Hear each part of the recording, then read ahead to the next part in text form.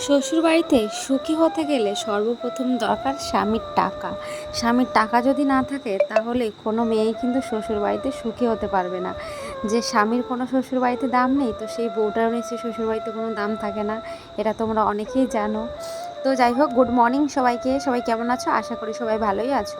তো আমি অনেক দিন পর একটা ছোট্ট ব্লগ, বেশি নয় 4-5 মিনিটের ব্লগ নিয়ে চলে আসলাম। তো সকালবেলা ঘুম থেকে উঠেছি, আজকে কিন্তু শাশুড়ি মা নেই। তো শাশুড়ি মা গেছে নিজের কাজে। ওনার তো প্রত্যেক সপ্তাহে সপ্তাহে যেতে হয়, সবাই জানো, অনেকেই জানো যে ওনার সোদপুরে যেতে হয়। তো তখন মানে মাসের মধ্যে বেশিরভাগ দিনগুলো উনি বাড়ি থাকে না, আমাকে একাই সবটা সামলাতে হয়। তো যাই হোক, সকালবেলা উঠে সর্বপ্রথম ছেলের খাবারটা বসিয়ে নিয়েছি। ছেলের খাবারটা বসানোর পর আমি ঘর দৌড় পরিষ্কার করে তারপর ওকে খাইয়ে তারপরে নিজেদের রান্নাবান্না করব। তো চলো, আমার ওর খাবারটা বসানো হয়ে গেছে, এরপর আমি যাব। তার আগে আমি একটু ছেলেকে ডেকে দেবো, দেখি ওঠে কি, কারণ এখন ডাকলেও তো অবশ্যই একা একা কাজ করা হবে। আর ননদ ঘুমাচ্ছে আলাদা ঘরে ও। তো তো চলে এসেছি আমার সোনাকে ডাকতে, দেখতে পাচ্ছ আমার সোনা কিন্তু ঘুমিয়েই আছে। তো যাই হোক, আমার ছেলেটা না, আমার সত্যি কথা অনেক কষ্ট করে অনেক চাওয়া পাওয়ার পর, আর ও পেটে আসার থেকে আমি ওর জন্য যে যতটা কষ্ট করেছি না, মানে তোমাদেরকে বলে বোঝাতে পারবো না। যে ওর জন্য ওর একটু ডাক্তার দেখানোর পয়সা, ওর মানে নিজের যখন আমার পেটে ছিল তখন থেকে পুরো ডাক্তারের খরচা বা নিজের ট্রিটমেন্টের খরচা যে মাসে মাসে আমি কিভাবে চালিয়েছি সেটা আমিই জানি। আমার অনেক কষ্ট হয়েছে। তো তার জন্য আমি ছেলেটাকে না, জানি না, বড় ছেলেটা হওয়ার সময় আমার এরকমটা কষ্ট হয়নি। কারণ বড় ছেলেটা যখন পেটে ছিল, ওর বাবা আমাকে ভালো না বাসলেই যদি খাবার টাবার কিছু নিয়ে আসতো, তখন আমি বলতাম যে আমি খেতে পারবো না। তো বলতো, আমি কি তোকে খাওয়াচ্ছি? খাওয়াচ্ছি তো আমার ছেলেকে, এরকম করে বলতো। কিন্তু দেখো কপাল, তখন আমি মানে খেয়ে পারতাম না, ফেলে দিতাম। আর এই ছেলেটার বেলায় কিন্তু আমার সেরকম কোনো কিছুই জোটেনি কপালে। মানে তেমন যে স্বামী তেমন না যে আমাকে আদর করে কিছু খাইয়ে দেবে বা আমার জন্য কিছু নিয়ে আসবে, কি বউয়ের ট্রিটমেন্টের টাকা এক জায়গা করে রাখবে যে আমার বউটার সিজার করতে হবে বা তার প্রেগনেন্সির সময় লাগবে, তেমন কিছুই না। তো যাই হোক, তবুও কিন্তু নিজের ক্ষমতায় নিজের কষ্ট আমি ছেলেটাকে জন্ম দিয়েছি। তো তোমাদেরকে অনেক কথা বলি না বলে তোমরা অনেকে জানো না। আর কিছু খাবার আনা কেন, এমন একটা কপাল আমার, যখন আমার ছেলেটা পেটে ছিল তখন আমার স্বামীটা আমার পাশে ছিল না। হসপিটালে যখন আমার তাকে প্রচুর দরকার ছিল, সে তখন আমার পাশে ছিল না। তখন আমি একাই ছিলাম, একা ছিলাম, শ্বশুরবাড়িতে ছিলাম বা আমার মায়ের বাড়িতে ছিলাম। কিন্তু সে আমার পাশে ছিল না, কারণ নিজের স্বার্থ সিদ্ধির জন্য সে আমার থেকে দূরে ছিল। তো যাই হোক, না বললে কেউ জানে না, বললে সবাই জানে।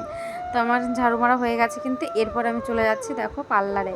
আর এদিকে কিন্তু টোটো স্কুটি সব কিন্তু জমা করা আছে, কারণ বর বাড়িতে নেই। আর ও না থাকলে এইসব কিন্তু পড়েই থাকে, মানে স্কুটি চালানোর মানুষ থাকে না। তো ছেলে ঘুমাতে ঘুমাতে যেহেতু আমি কাজগুলো করে নেবো, তাহলে আমার ভালো হবে। ও উঠলে আর মানে ওকে ফেলে কাজগুলো আমার করতে হবে না। একা একা একটু অসুবিধা হয়ে যায় ওকে নিয়ে, কিন্তু এখন মোবাইল দেখা শিখেছি। তো তো মোবাইলটা দিয়ে একটু বসিয়ে আমি আমার মতো কাজ বাজ করি। তো এই দেখতে পাচ্ছ, সামনেই কিন্তু পুজো। পুজোর আগে যে মানে আমার কাছে কাজ করতে যাও, বগুলা, কৈখালি বা হরিণাঙ্গা, যে যেখান থেকে আছো, হরিতলা, তো তারা কিন্তু অবশ্যই অবশ্যই আমার কাছে আসতে পারো। একবার অন্তত ট্রাই করতে পারো যে বৌদি বা দিদি কেমন আইব্রো বা ফেসিয়াল করে, হেয়ার কাট করে। তো এসে কিন্তু তোমরা দেখতে পারো। তো যাই হোক, মানে জীবনে যে কষ্টগুলো করেছি না, জানি না সেই সুখটা কবে আসবে। আর সব থেকে বড় কথা, আমার জীবনে এখন মানে সব থেকে মা কষ্ট করে আছে পয়সার কষ্ট, আর কে কোনো ডাকছে? কিছুরই মামা কষ্ট করে নেই। কে ডাকছে? আসো, আসো, ওঠো। ঘুম থেকে উঠে ডাকছে মা। কে আছে? কোবাও, কোবাও, ওখানে তো জুজু কিচ্ছু না, আসো উঠে আসো।